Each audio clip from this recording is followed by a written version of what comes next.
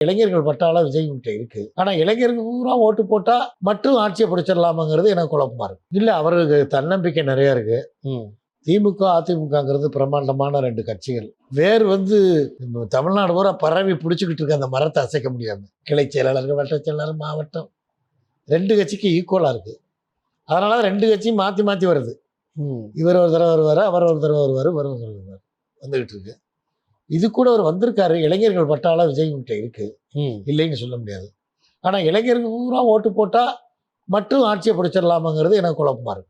இப்ப இளைஞர்கள் பூரா 18 வயசுக்கு மேல உள்ளவன், 20 வயசுக்கு மேல உள்ள ஓட்டு போட்டா மட்டும் ஜெயிச்சிட முடியுமா? 40 வயசுக்கு மேல 30 வயசுல இருந்து 80 வயசு வரைக்கும் ஓட்டுக்காரன் இருக்கானே. 30 வயசே வைங்க. 30 வயசுல இருந்து 80 வயசுல உள்ள ஓட்டுக்காரவங்கலாம் விஜய்க்கு போடுவார் எப்படி நம்ப முடியும்? அவரோட எடுத்து வைக்கிற கொள்கைகள்லாம் இல்ல, கொள்கைகள் எல்லாரும் சொல்றது தாங்க அவர் சொல்ல முடியாது. ஏதாவது புதுசா யாருமே எதையும் சொல்ல முடியாது. இவர் அண்டா தரேன்னா அவர் சட்டி தரம்பாரு, இவர் முருங்கைக்காய் தரேன்னா அவர் வெண்டைக்காய் தரம்பாரு, அவர் மோட்டார் பைக் கொடுக்குறேன்றாரு, அவர் பைக்கு தரேன்னா அவர் டிராக்டர் வாங்கி தரம்னாலாம் சொல்லுவாங்க. இதெல்லாம் ஒரு நலத்திட்டம். ஆனா மனசோட மக்களுக்கு செய்கிற இயக்கம் யார்? அதுதான் ரொம்ப முக்கியம்.